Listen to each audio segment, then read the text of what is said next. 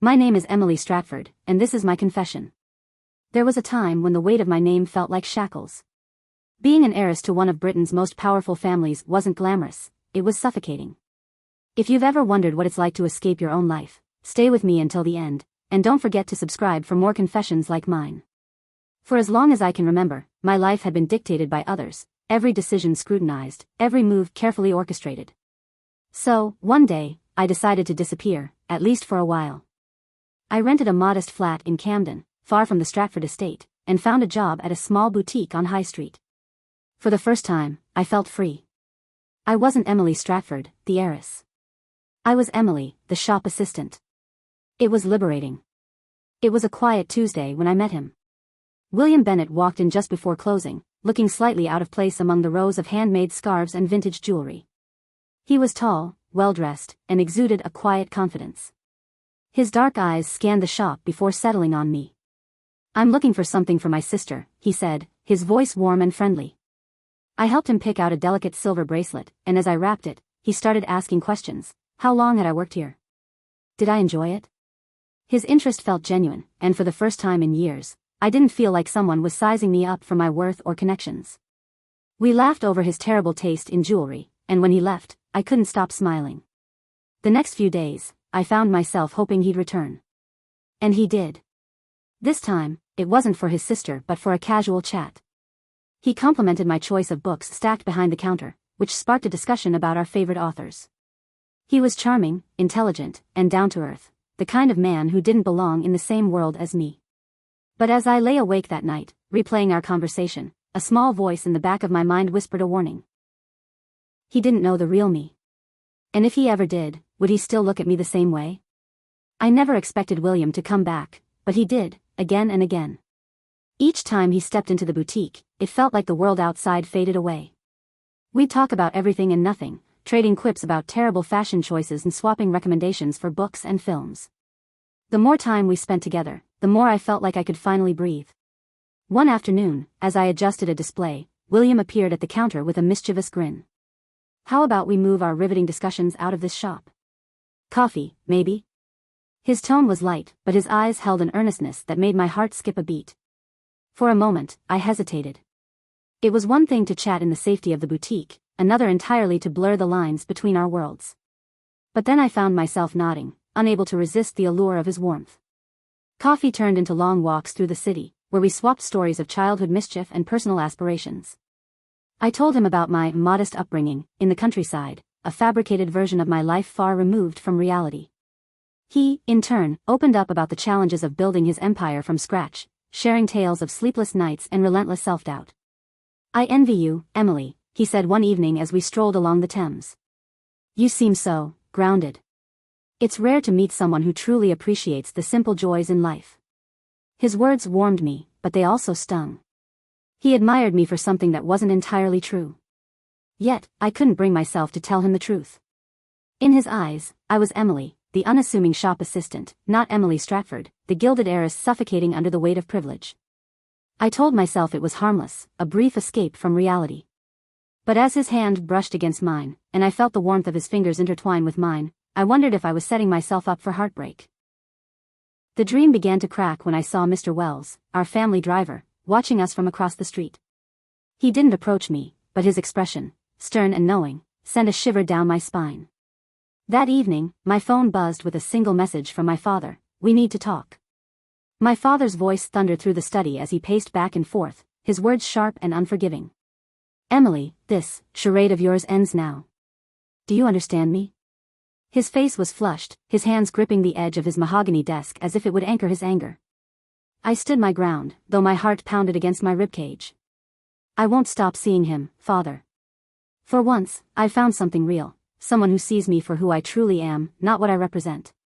His laugh was bitter. "Who you truly are? He doesn't even know your name, Emily. You're living a lie, and when he finds out, it will destroy him. It will destroy you." But I refused to let his words deter me. This life I was creating with William, though fragile, was mine, and I wasn't ready to let it go. Days later, William invited me to a charity gala, and I couldn't refuse. It was his world, his space. Yet the moment I stepped into the grand ballroom, draped in a borrowed dress and false confidence, my pulse quickened. The air was thick with familiarity, family friends mingled amongst the crowd. My breath hitched as I spotted Lady Ashcroft, my mother's closest confidant. I turned away quickly, feigning a sudden interest in the nearest painting. William noticed my unease but didn't press me. Through a series of subtle maneuvers, I avoided Lady Ashcroft and anyone else who might recognize me. The relief was short-lived, though, as paranoia crept in. How long could I keep this up? It didn't help that William's questions began to dig deeper. "You rarely talk about your family," he said one evening as we sipped wine at his apartment. "Were they strict? Is that why you moved to London?" His tone was casual, but his eyes searched mine for answers I wasn't prepared to give. My responses grew clipped, evasive, and I could see the flicker of doubt in his expression. The real blow came when his assistant, Oliver, stumbled upon my true identity while researching attendees from the gala. "Emily Stratford," he remarked to William over lunch, handing him a tabloid photo of me from a charity event months ago. The resemblance was undeniable, even with the difference in attire and setting. When I saw William that evening, his demeanor was different, cool, distant. His questions now carried an edge of suspicion, and I knew the confrontation I dreaded was inevitable. My facade was crumbling, and with it, the fragile dream I had dared to live. I heard the knock on my door late in the evening, sharp and insistent. My heart sank. It was William, I could feel it in the pit of my stomach. I opened the door hesitantly, and there he stood, his expression unreadable but his eyes dark with a mixture of confusion and anger. He stepped inside without a word, his gaze sweeping over the room. The truth was laid bare in the opulent surroundings, the Persian rug, the antique furniture, the crystal chandelier. Every detail screamed of a life I had carefully hidden from him. "This is where you live?" His voice was calm, too calm, and it terrified me. "William, I can explain," I began, but he cut me off. "Explain? Emily, if that's even your name, who are you? What is this? All this time, you've been lying to me." Tears welled up in my eyes as I tried to find the words. "My name is Emily Stratford. Yes, I come from wealth, but I wanted to escape that life. I needed to know that someone could love me for who I am, not for my family's name or fortune." He let out a bitter laugh, pacing the room. "So, what? You decided to play shop assistant? Pretend to be someone else?" And his voice broke, and he turned to face me, his eyes filled with betrayal. "I fell for it. For you. But none of it was real, was it?" "It was real," I pleaded, stepping closer to him. "Every moment we shared, every laugh, every conversation, it was all real. I love you, William. I never meant to hurt you." But he stepped back, shaking his head. "You didn't just lie, Emily. You manipulated me. You made me believe in something that wasn't true. How can I ever trust you again?" His words hit me like a physical blow. I reached out to him, but he turned and walked out, slamming the door behind him. The sound echoed through the room, leaving me alone with my guilt and heartbreak. The next day, my father barged into my apartment, his face a storm of anger. "I warned you, Emily. This ends now. You will cut him off completely before this turns into a scandal that ruins us all." But the thought of losing William forever was unbearable. I had to find a way to fix this, somehow. When I tell you I've never felt emptier, I mean it. William won't return my calls, my messages, nothing. It's like I've ceased to exist for him. Every passing hour feels heavier, dragging me into a spiral of guilt and loneliness I can't seem to escape. I spend nights staring at my phone, hoping for a response, even if it's just to yell at me, but the silence remains. I deserve this, I think. I lied, I hurt him, and now I'm paying the price. William, meanwhile, isn't just nursing his heartbreak.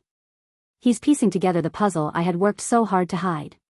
And then, he uncovers it, the Stratford family's business dealings, including a covert contract that could jeopardize his company. When I finally hear from him, it's not the way I hoped. My father storms into my room, livid. "Do you have any idea what you've done, Emily? William Bennett just bought a controlling stake in our business." I'm stunned. My William? The man who was once captivated by my simplicity now holds the upper hand over my family. My father's words echo in my mind as I rush to confront him. The moment I step into the boardroom, it feels like the ground beneath me has vanished. William stands at the head of the table, commanding the room with a presence I no longer recognize. He turns to me, his expression cold and unyielding. "Emily, this isn't about revenge. It's about honesty. I'll ask you one last time, can you be with me, openly, truthfully? Or do I walk away for good? My heart feels like it's breaking all over again. The room falls silent, every pair of eyes fixed on me as I try to find the words. Staring at my reflection later that night, I whisper, what have I done? What do you think Emily should do? Share your thoughts in the comments below. Don't forget to like, share, and subscribe for more stories of love, betrayal, and second chances.